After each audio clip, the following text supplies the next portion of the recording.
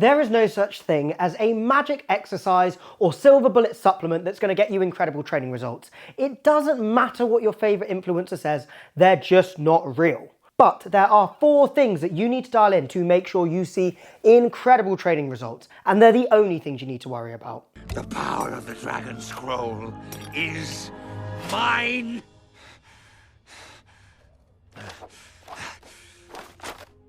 It's nothing! Today, we're going to talk about the 4 pillars of progress, the only 4 things you need to worry about if you want to see incredible training results, getting the best out of your body. And these 4 things are training, nutrition, recovery, and mindset. Mindset!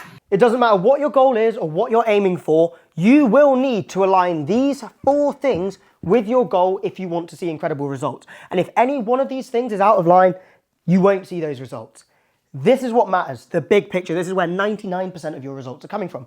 So what do we mean by aligned? What do we mean by each of these? So firstly, what is each of these? So training, that is the specific physical activity you are doing to achieve your training goal. So if I wanted to be a stronger powerlifter, I'm going to train the squat, bench and deadlift on a program that's designed to make me stronger at them. So I'm going to hit a lot of singles, accessory work, all based around becoming stronger in those movements. That training is just specific to what we are doing. Our nutrition, this is obviously anything we eat or drink, and that needs to be aligned for what we want. If I want to get leaner and build muscle, then eating like 4,000 calories of carbs is probably a terrible idea, right? It's gonna derail everything else. Recovery. This is your ability to recover from daily activity and the training you're doing. Now, I'm going to move over this side actually whilst I'm talking about these. We can think of recovery as just kind of like a general metric. So obviously, like, you will have a sort of baseline recovery rate, but this is also going to include things like sleep, stretching, social connections. All of these things affect your recovery. And of course, nutrition is heavily linked to this as well. So I mean, actually, all of these are very heavily linked, but you can kind of see that quite obviously here. If you're not eating well, you're not going to recover as well. And mindset. I want you to essentially just think of this as mental health. And stress, to be fair. All that sort of thing. All the things that are going to affect your mental state, because your body doesn't do a very good job of differentiating physical stress and mental stress, so that's a big factor. But also, you are just not going to be able to dial any of these things in if your mindset isn't in a right place. So, what do we need to do with this? So like I said, we need to align these with our goals. And I gave you a pretty good example with the training. If you want to figure out what your training alignment is, just ask yourself, what are my goals? So say we wanted to be a stronger powerlifter. I need a program that focuses on squat, bench, deadlift. That's the priority, and I need to get stronger in it. Now, that seems like a very general goal, and it kind of is, but that's the point. It doesn't matter if you're on a 3-day-a-week program, a 4-day-a-week program, 6-day-a-week program. It doesn't matter if you bench once a week, twice a week, whatever. The main thing is, are you training on a program that's actually going to get you stronger? Of course, you can tell that pretty quickly. If you haven't got stronger over 12 weeks, the program's not getting you stronger. Of course, that is if one of these 3 things isn't holding you back, but let's assume all of those are fine.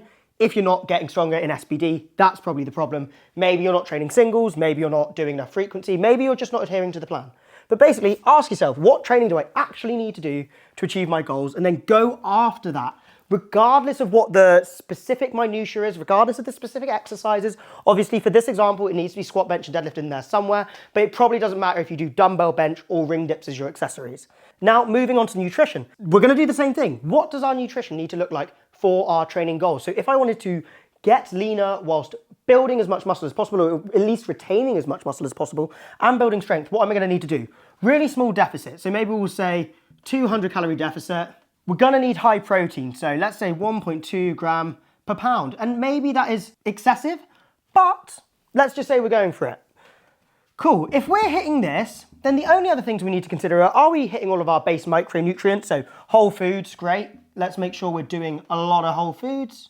Drinking water, staying hydrated, let's say 3 liters a day. If we know we're hitting this, amazing, we are eating in alignment with our training goal. And again, if we assume this is fine, this is fine, this is fine, if we weren't moving towards our training goal, we can't be eating in alignment. Recovery, we have this similar thing now. So recovery, I did say it's sort of a general quality of how much you can recover from. So this is where this kind of links into everything. Maybe you're training really hard and you just are out-training your recovery. So your recovery can be bad, even if you're doing sleep, stretching, social connections. If you're training, is a little bit out of whack. And we'll talk more about how those link into pulling each other down. But recovery can be all sorts of things. So if your recovery is poor, maybe... Actually, let's not think about if it's poor. Let's think about if it's good. If we want to become an athletic freak, what do we need? We're going to need 7 to 9 hours of sleep a night. We're probably going to want to do some form of mobility work regularly. And that's actually really useful, honestly. Doing regular mobility work is so, so good. You're probably going to want to have a hug with your partner if you've got one.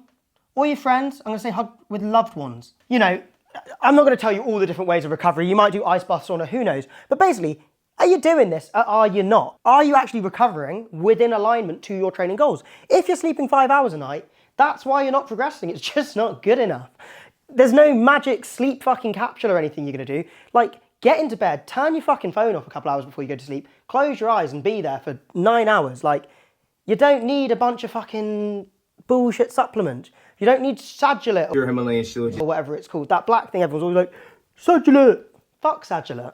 And finally, mindset. Now, this is really important. So obviously, you need to be in a good mental state to actually turn up to the gym and do all of these things. So your mindset needs to be actually conducive to doing the training. So we're just going to say like motivated, but you also need to be happy and like relatively unstressed so that you're not like in anxiety all the time or depressed. Because if you do that, it's going to put an extreme stress on your body. It's going to shoot up inflammation. It's going to trash recovery, all of these things. So motivated, happy. I'm going to say secure. And, you know, obviously this is a big problem in the modern world. I appreciate the economy is going all wild and everything like that. So it's like, not everyone feels secure now. I mean, I'm 25 living in England, so I'm in an unsecure generation in terms of like getting housing and stuff. Like, I get it, but you want to do your best to secure that. That may be, I don't know, getting a new job, starting a business. I feel a lot more secure since owning a business. So, you know, all these sort of things add into mindset. There's a lot of this. This kind of just encompasses your life, really. I don't know, drawing around it doesn't make you think it's life, but that's what I've done. This really is everything, but it just sums up into mental health. Have you got a good mental state? If you don't, then it doesn't really matter what you're doing on these, because if your mental state's in a really bad place, then there's just not much you can do. It really is a lot. So these 4 pillars are the only things you need to worry about. Like we used with this example here, they are general goals, but that's the beauty of it. You don't necessarily need to do anything specific. You need to just keep yourself within alignment of what you need to be doing to see results. So with the nutrition, for example, it doesn't matter if you're doing fucking low carb, high carb, low fat, high fat. It doesn't matter if you're going carnivore. Not that I would recommend carnivore. Omnivore diet is always my recommendation. But, you know, you can do vegan, vegetarian diets very healthily. Maybe you're vegan or vegetarian. It doesn't matter. As long as you're hitting these rules of the small deficit, the high protein, the whole foods, the water intake, you'll see results. It literally doesn't matter what you eat day to day as long as they're within this range. Same with the training, same with the sleep and recovery, same with the mindset. You just need to be keeping it good. Now, what I want to point out, and I've already kind of pointed out, but these are all linked. So just give me a second. I'm going to rub this notes out real quick. Real quick. So these can all interact, and this is quite important to think. So what I actually get my clients to do every week, we do a weekly check-in, and I get them to rate these things out of 5. And there's a reason for this. We're going to say 5 is like the best, right? So 5, perfect. 4, decent. 3, starting to become a problem. 2, detractor. And then 1, catastrophic. Now, I don't necessarily tell my clients that these are the ratings, because obviously the way you word, well, they'll know now. They'll have seen this, but the way you word stuff doesn't matter. You know, I'm not going to tell them, oh, you scored a 1, your life's over and the world's going to end. Like, that's not what we're thinking, but this is how I sort of categorize them in my own mind when I sort of think about what we're doing. So 5 being perfect, that's obviously the ideal. If you could rate all of these at a 5, amazing. You're going to be absolutely flying. You're going to see like the fastest progress possible.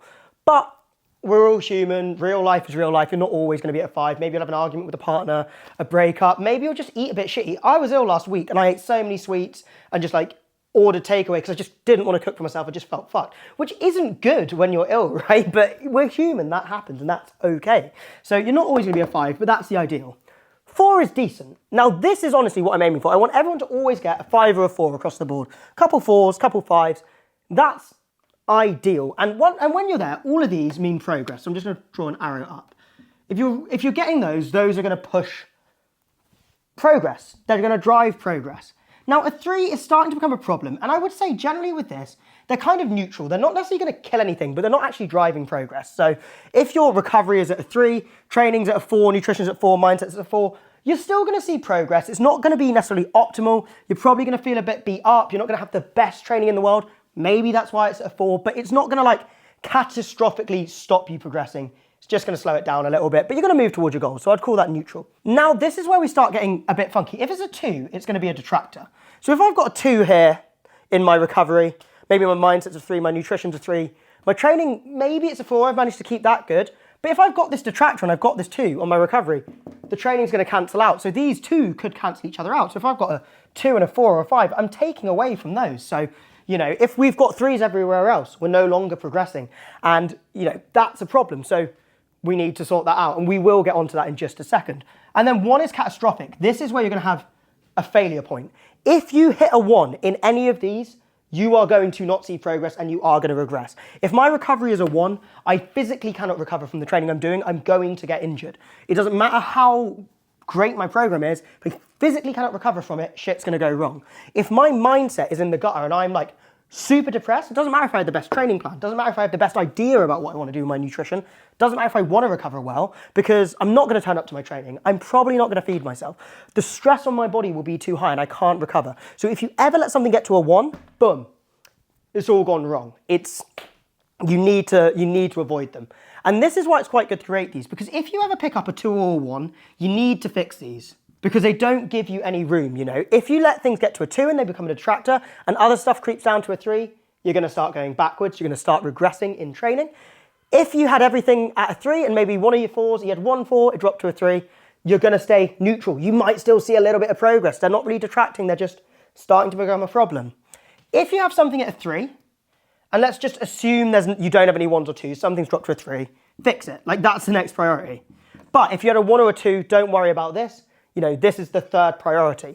If you have a 4 or a 5, great, like just tick. I wouldn't particularly worry about it. Like I say, you're a human being, you're gonna have natural ups and downs. There may be times where you're like, I know I could do better and just sleep more, and that's why you've got a 4. And if that is ever the case, just fucking get on with it and get it up to a 5, you know, if you can. But realistically, you'd be at a 5 if you could be. So chances are, it's just natural variation. Sometimes it's going to be a 4, sometimes it's going to be a 5. So I wouldn't worry about that. But if you see a 3, 2, or a 1 on your weekly rating, you need to start dealing with that. A 3, it's just because it's not really benefiting you. Obviously, it's not the end of the world, but if we can get that to a 4, great. Then it can start adding to our progress. If it's a 2, we are now detracting. We're reducing the wiggle room in our ability to, you know, shuffle between 5 and 4, even having 1 drop from a 4 to a 3. Because if we've got this detractor and we drop to a 3, suddenly we've cancelled out basically everything pushing us forward. You know, we might have 2 4s or something, great, but we really don't want detractors sitting in our week because it is just making that room for error so much smaller. Especially if you had, say, 2 2s and, you know, even 3 4s and then 1 just drops, boom. You know, you want to get rid of those 2s. And, you know, I should say, you know, obviously if you've got 1 2 and it's been a couple of weeks and you are getting on top of it, it's not the end of the world if everything else is good. But chances are, if you don't deal with that 2, it's going to turn to a 1, and this is catastrophic. This is where suddenly your recovery is so low, you can't train properly because you're so fucked up, your nutrition starts going, because you feel terrible, your mindset starts going. We need to avoid these 1s. And that's kind of the 4 pillars of progress, guys. A bit of a whirlwind tour of them, but fundamentally, the reason these are so important is because these are the things that are going to drive 99% of your progress. As I've said, there are no magic exercises, there are no silver bullet supplements. This is what you need to focus on. These 4 things: training, nutrition, recovery, mindset. Figure out what that needs to be to align with your training goals. And remember, that can be general. That's kind of the point. And then go after these things, rating them every week between 5 and 1, trying to keep everything at a 5 and 4. If you can do that, you will see incredible results. You'll become an athletic freak. You'll get the most out of your body and live with the best quality of life, both medically and socially. And that's it, guys. Thank you for listening. Thanks for watching. If you enjoyed that, if you like the sound of that, start implementing these things. Rate them every week, see where you're at, and keep things rolling forward. That's what we want to see. We want to see success, and this is going to help you get it. Catch you next week.